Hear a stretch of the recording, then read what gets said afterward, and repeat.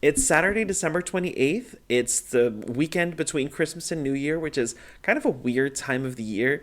We've just had Christmas. I feel like a lot of books introduced themselves into my TBR pile because of that.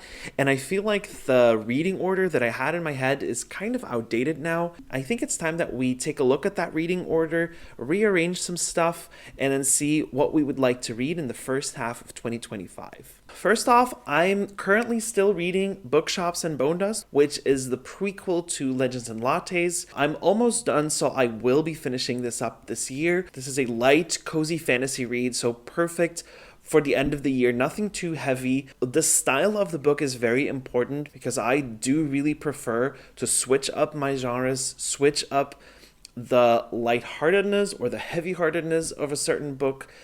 So that is going to be a major part of the reading order. I am currently also going through the Stormlight archive. I've read Way of Kings, Words of Radiance, and Oathbringer, and all of the novellas in between, which means that now it is soon going to be time for the fourth installment, which is Rhythm of War. I picked this up yesterday. It will be the first book I read probably in 2025. I will probably start reading it when I finish Bookshops and Bone Dust. The majority of this book will be read in 2025. The Stormlight Archive is probably one of the reasons I rekindled my relationship with reading. I'll talk about this maybe in a separate piece. It's difficult to pinpoint how long this will take me because Oathbringer took me about 4 weeks to get through. I did take a break with Oathbringer for kind of a weekend where I read Legends and Lattes actually because it was much lighter. Words of Radiance I finished in a little over 2 weeks, which is insane. But I do count that I'll be done in 3 to 4 weeks with this one. So it'll take me the majority of January. Maybe I'll switch it up with another book if I find that appropriate. One of the books that I might actually switch it up with or like take a weekend off with reading Rhythm of War might be Welcome to the Hyunam-dong Bookshop.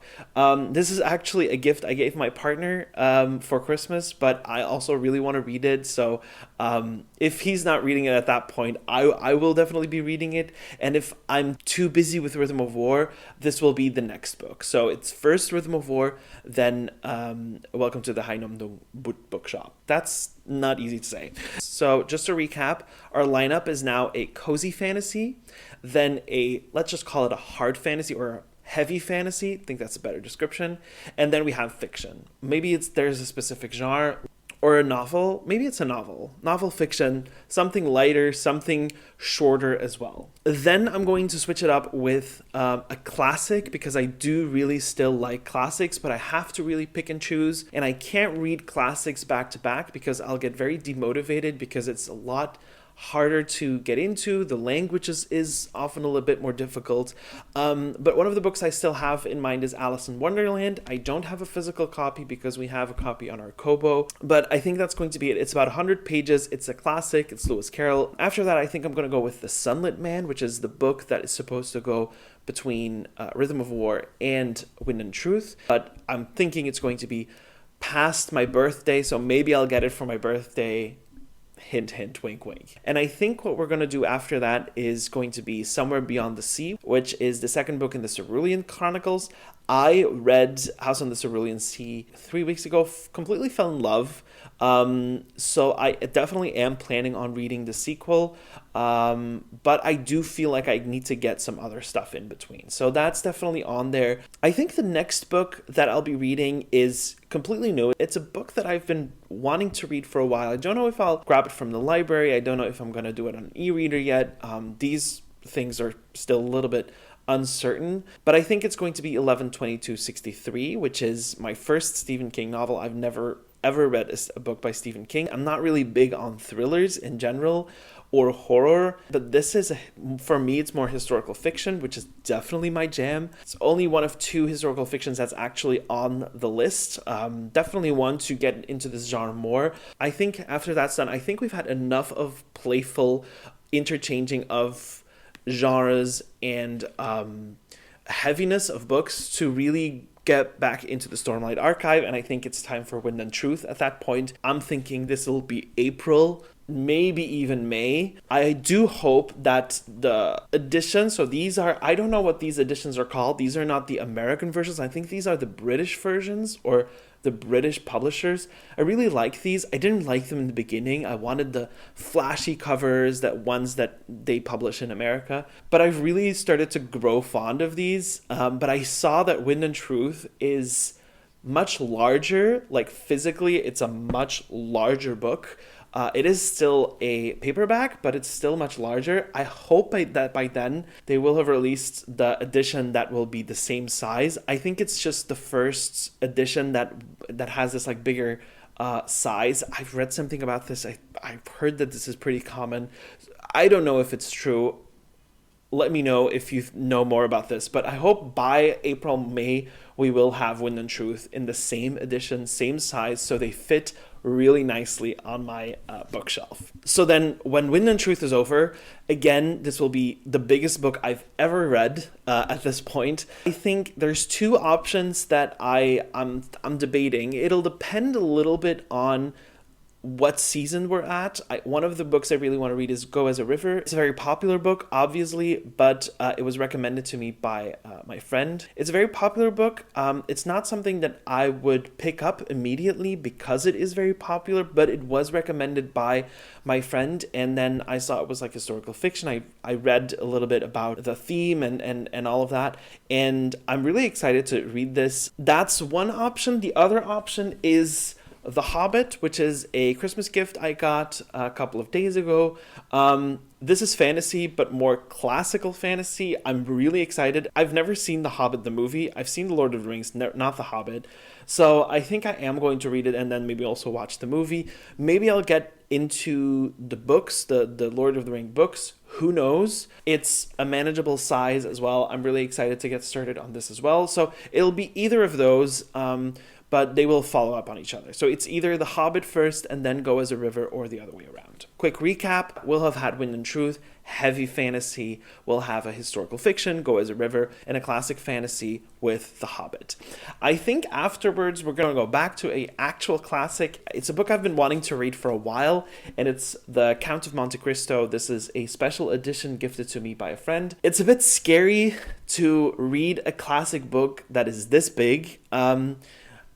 And I hope the language will work for me because English is still not my first language, but I do prefer to read in English. It is going to be my Everest, even though I've read Wind and Truth and all of those other, Stormlight Archive books. It's different, I think. We'll see. We'll see how far we'll get, but I'm very excited to start this. But this will be probably May of 2025. And then everything is a little bit up to grab. I don't like to keep huge TBRs. This already is massive for me. These are quite literally all the books in my home that I have that are not read, except for a Christmas book that I kind of didn't get to now, and I feel like it's a bit too late to start a Christmas book on the 28th of December. One of the only other books that I have is Warbreaker. I know that I should have read Warbreaker before the Stormlight Archive. At least that's what the internet tells me. I actually ordered this one by mistake. I actually meant to order Dawnshard at my local bookshop, but for some reason I said Warbreaker and they ordered Warbreaker for me, and then I did my research properly and then found out that Warbreaker is actually just a Cosmere novel. It's not to be read in between the books, but actually before.